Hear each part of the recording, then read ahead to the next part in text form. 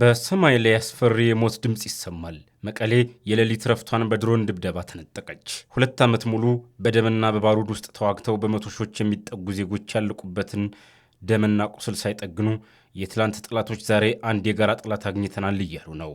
ሻዕቢያ፣ ህወሓት፣ ፋኖና ሸኔ ጥምረት ፈጥረዋል። የአማራ ፋኖ አመራር ዘመነ ካሴ አስደንጋጭ መግለጫ ሰጥቷል። ከ7 በላይ የታጠቁ ኃይሎች በአንድ ዕዝና በአንድ ዓላማ ስር ተሰባስበዋል ብሏል። ዓላማቸው ደግሞ የአብይ አህመድ መንግስትን መጣል ነው። ይህ ወሬ እውነት ነው ወይስ የፕሮፓጋንዳ ጨዋታ? የትላንት የደምና የአጥንት ጠላቶች በአንድ ጠረጴዛ ዙሪያ የመቀመጣቸው ምስጢር ምንድን ነው?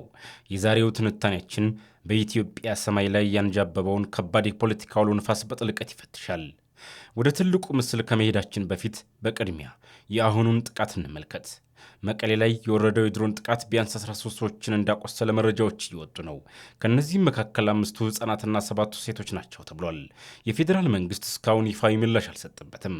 የፋኖ አመራሮች አዲስ አበባን የሚከሱበት ትልቅ ነጥብ አለ። መንግስት ከተባበሩት አረብ ኤምሬትስ ያገኛቸውን የቱርክ ድሮኖች በታሪካዊ ቅርሶችና በንጹሐን ዜጎች ላይ እየተጠቀመ ነው ይላሉ። በሌላ በኩል ህወሓት ቲፒኤልኤፍ በነሐሴ ወር መጀመሪያ ላይ በሱዳን ወሰን አቅራቢያ ከፌዴራል ሰራዊት ጋር መጋጨቱንና በኋላም በአማራ ወሰን አካባቢ በድሮን መመታቱን ገልጧል። ይህ የሚያሳየን ምንድን ነው? በፕሪቶሪያው ስምምነት የቆመው ጦርነት አመድ ስር ያለው እሳት አሁንም አልጠፋም። የትግራይ ኃይሎች አሁንም የፕሪቶሪያ ስምምነት ሙሉ በሙሉ አልተተገበረም፣ የተወሰዱብን የወሰን መሬቶች አልተመለሱልንም ሲሉ ይጮኋሉ። አዲስ አበባና መቀሌ በጥርጣሬ መነጽር ነው የሚተያዩት። አሁን ደግሞ ወደ ዛሬው ትልቅ ርዕሳችን እንመጣለን። የፋኖ ብሔራዊ ንቅናቄ ሊቀመንበር ዘመነ ካሴ ምን አለ? አሁን አንድ ንቅናቄ ፈጥረናል ይላል። ከዚህም አልፎ ከትግራይ፣ ከጉሙዝ፣ ከበርታ፣ ከሶማሌና ከኦሮሞ ታጣቂዎች ጋር ተነጋግረናል። ቢያንስ 7 ድርጅቶች አብረው ለመስራት ተነጋግረናል ሲል ተደምጧል። ከ2013 እስከ 2015 ዓ.ም በነበረው የትግራይ ጦርነት በአንድ ወገን የፌዴራል መንግስት፣ የአማራ ልዩ ኃይልና ፋኖ እንዲሁም የኤርትራ ሰራዊት ነበሩ። በሌላ ወገን ህወሓት፣ የትግራይ ኃይሎች ነበሩ። በዚያ ጦርነት ከ600 ሺህ በላይ ሰዎች አልቀዋል፣ ሚሊዮኖችም ተፈናቅለዋል። ዛሬ ግን የትናንቱ ጠላት ፋኖ ከትላንቱ ጠላቱ ከትግራይ፣ ከኦሮሚያ ታጣቂዎች፣ ከጉሙዝና ከበርታ ኃይሎች ጋር በአንድ ጠረጴዛ ዙሪያ አዲስ አበባ ላይ ላለው መንግስት የጋራ ግንባር ለመፍጠር እየተነጋገሩ ነው ይለናል መረጃው። አሁን እውነተኛውን የፖለቲካ ሂሳብ እንስራ። የፖለቲካ ሳይንስ አንድ ወርቃማ ህግ አለው፣ የጠላት የጠላት ወዳጅ ነው የሚል። ነገር ግን የጋራ ጠላት ማግኘትና የጋራ የወደፊት ራዕይ መገንባት ሁለቱ የተለያዩ ነገሮች ናቸው። እነዚህ 7 የሚባሉ ቡድኖች እርስ በራሳቸው የሚቃረኑ ጥያቄዎች አሏቸው። የትግራዊ ህወሓት የፕሪቶሪያ ስምምነት ይተግበር፣ ወልቃይትና ራያ ይመለሱልን፣ የበጀት ክፍያ የሚለቀቅ ይላል። የአማራ ፋኖ ወልቃይትና ራያ የታሪካዊ ማንነታችን አካል ናቸው፣ አንመልስም ይላል። በተጨማሪም የአማራ ህዝብ ከስጋት ይውጣ፣ የፌዴራል ስርዓቱ ይፈተሽ ይላል። ሸኔ የኦሮሞ ህዝብ የራስ ዕድል በራስ የመወሰን መብትና የፌዴራል ሰራዊቱ እንዲወጣ ይፈልጋል። ጉሙዝ፣ በርታና ሶማሌ እንደ ህዳሴው ግድብ ባሉ ታላላቅ የመንግስት ፕሮጀክቶች ምክንያት መሬታችን ተቀማን፣ ተገፋን የሚል አቤቱታ አላቸው።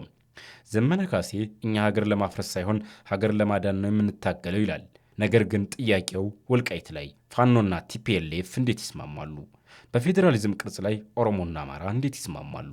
ይህ ጥያቄ ነው የዚህ ህብረት ትልቁ ድክመት የሚሆነው። የአዲስ አበባው መንግስትስ ምን እያለ ነው? የፌዴራል መንግስቱ የፋኖንና የህወሓት ኃይሎችን በአንድ ላይ አስተባብረው ሊወጉን አቅደዋል ሲል በተደጋጋሚ ይከሳል። ህወሓት ይህንን ክስ አስተባብሏል። እስካሁን በግልጽ የወጣ 7ቱም ቡድኖች በአንድ ወታደራዊ እዝ ስር መሆናቸውን የሚያረጋግጥ የተረጋገጠ ማስረጃ የለም። ነገር ግን ዋናው አደጋ ማስረጃ መኖሩ አለመኖሩ አይደለም፣ የግጭቶቹ መከሰት ነው። ቀደም ሲል በኢትዮጵያ የሚካሄዱት ግጭቶች በተያያዘ መልኩ ይሄዱ ነበር። በትግራይ ሲያበቃ በአማራ ይጀምራል፣ በአማራ ሲበረታ በኦሮሚያ ይቀጥላል። መንግስትም እነዚህን ግጭቶች እየነጠለ የማስቆም ወታደራዊ አቅም ነበረው።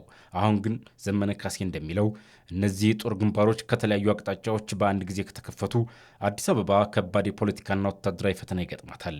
የኢትዮጵያ ፖለቲካ ወደ አዲስና ያልተጠበቀ ምዕራፍ እየተሸጋገረ ነው።